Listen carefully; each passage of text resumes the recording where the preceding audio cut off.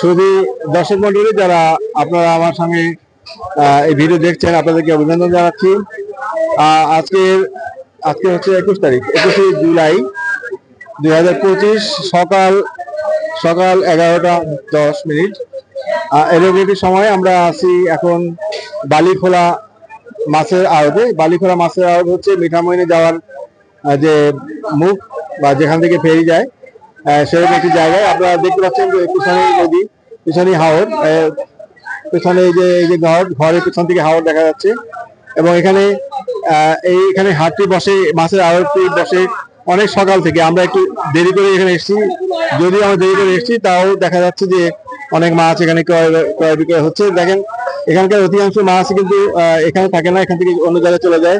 এখানে কন্টেইনার আছে, দেখেন সোমলাল নামের এক ভদ্রলোকের কন্টেইনার। বিভিন্ন রকমের ওই যে ককশিটের যে ইনসুলেটর দিয়ে যে বক্স রয়েছে, আইস বক্স রয়েছে, এগুলো দিয়ে আসলে অধিকাংশ মাছই চলে যায় বাংলাদেশের বিভিন্ন জায়গায়। এখানে মূলত কেনাবেচা হয় পাইকারি ভাবে, এখানে মূলত কেনাবেচা হয়। এই তোমরা আসো আমার সামনে, পাইকারি ভাবে কেনাবেচা হয়, তারপরে খুচরাও বিক্রি হয়। আমরা লক্ষ্য করেন, আমরা যে বিষয়টি আসলে এখানে অবতারণা করবো সেটা হচ্ছে, সাধারণত ধরে নেওয়া হয় যে হাওরের মাছ সস্তা বা হাওরের মাছ বেশি পাওয়া যায় বিধায় হাওরের মাছ সস্তা, এবং হাওরের যে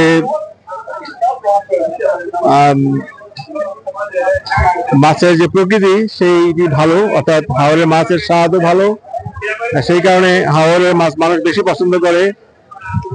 এরকম একটা ধারণা আমাদের ভেতরে আছে। আমরা আসলে এখন আমরা শুনবো যে হাওরের মাছ সম্পর্কে কি ধারণা এবং হাওরের মাছের যে কেনাবেচা, সেই কেনাবেচা নিয়ে কিছু আলোচনা। ওখানে লক্ষ্য করেন এটি একটি আড়ত, দেখেন অনেকগুলো কন্টেইনার। আমার ডান পাশে অনেকগুলো কন্টেইনার আছে, দেখেন।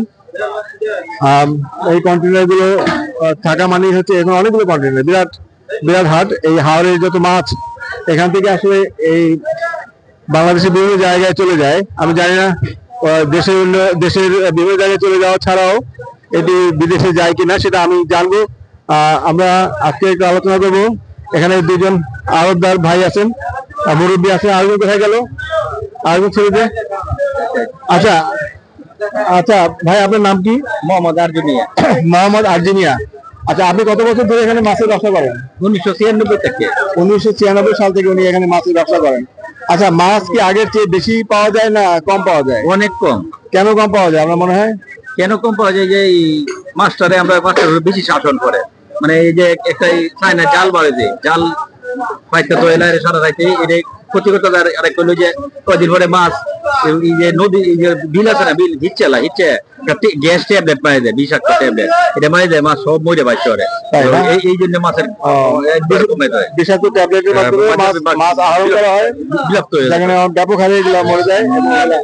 এছাড়াও যে কারেন্ট জাল বা বিভিন্ন জালের মাধ্যমে এটা করে। আর এই নদীর শাসন, মানে এটাকে পানির প্রবাহটাকে বিভিন্ন পানিও কম হচ্ছে, অনেক কম হচ্ছে। আচ্ছা, আপনি আমাকে একটু বলেন যে এখানকার মাছগুলো কোথায় যায়? এখানকার মধ্যে ঢাকা যাইতেছে, গৌরব যেতেছে, বিভিন্ন জায়গায় যাইতেছে, বিভিন্ন জায়গায় এখানকার মাছগুলো যায়। আপনার ফ্রোজেন করে দেন আইস বক্সের মধ্যে, তাই না? আচ্ছা, আমার কথা হচ্ছে যে এটা কি এখানকার মাছগুলো কি দেশের বাইরে যায় কিনা? দেশের বাইরে যায়। কি কথা বলছে তুই বলবি? আমি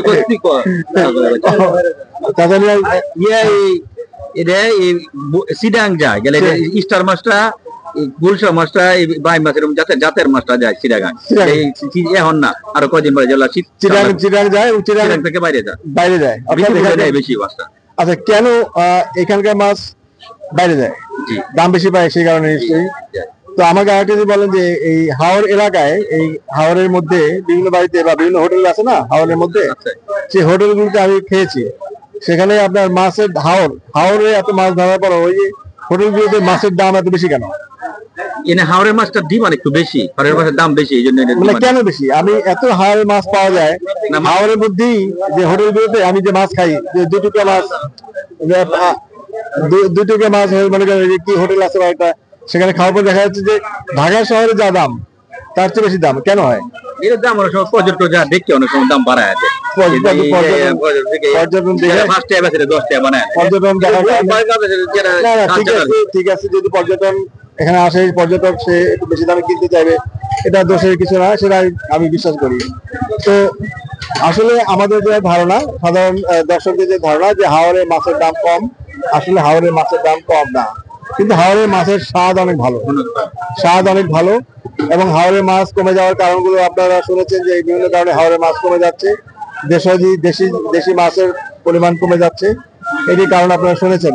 তো হাওরের আসলে হাওরের মাছের দাম, হাওরের মধ্যে মাছের দাম বাড়ার কারণ হচ্ছে, মূল কারণ হচ্ছে যে হাওরের মধ্যে যে মানুষগুলো বসবাস করে হাওরের মধ্যে, তাদের ক্রয় ক্ষমতা কম, বিচ্ছিন্ন থাকার কারণে বাংলাদেশের যে মূল ভূখণ্ড সেখান থেকে একটু বিচ্ছিন্ন থাকার কারণে, পরিবেশগত কারণে এখানকার মানুষগুলো অপেক্ষাকৃত কম পেশাজীবী, কম আয় করেন এবং তাদের সচ্ছলতা কম থাকার কারণে তাদের ক্রয় ক্ষমতা কম থাকার কারণে হাওরের মানুষগুলো সেই হাওরের মাছই কম খেতে পারে বা কম কিনতে পারে, এটা হলো অন্যতম কারণ। তো যাই হোক, আমরা আপনাদেরকে অসংখ্য ধন্যবাদ জানাচ্ছি। আরেকটা কথা সবচেয়ে জানি যখন বাড়তি একটা জিনিস তুলে ধরবেন যে আমরা আগে কিন্তু আরো 30 বছর আগে আমরা এই যে বিল পরে বৃষ্টি হইলেই প্রচুর মাছ বাঁচতো। এখন এই যে ট্যাবলেটটা দেওয়াতে মানে প্রচুর ক্ষতি হইতাছে, মানে ট্যাবলেটটা সরকার কিভাবে বন্ধ করতে পারবো? সাধারণ আমাদের যে মৎস্যজীবী ব্যবসায়ী মুরব্বী মানুষ, ওনার যে দাবি সেটা হচ্ছে যে মাছ আহরণের জন্য, মানে মাছ ধরার জন্য এক ধরনের ঔষধ ব্যবহার করে, ট্যাবলেট জাতীয়, যেটা গ্যাস ট্যাবলেট বলা হয়।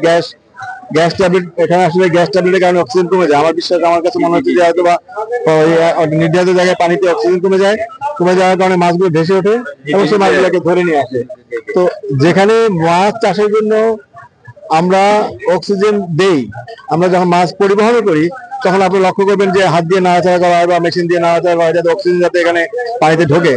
সেখানে মাছ আহরণের জন্য এখানে ট্যাবলেট দিয়ে, ঔষধ দিয়ে, অর্থাৎ অক্সিজেনকে নষ্ট করে এখানে মাছ ধরা হয়, সেটি যাতে না হয় এটি দাবি করেছে। কারণ এটা কিন্তু আসলে একটা নির্ধারিত আওতার মধ্যে করা সম্ভব না, এটা ছড়ায় যায়, এটা পুরা পানিতে কিন্তু বিষয়টা ছড়িয়ে যাচ্ছে এবং ধারাবাহিক ভাবে এটা একটা ক্ষতির কারণ হয়ে দাঁড়িয়েছে।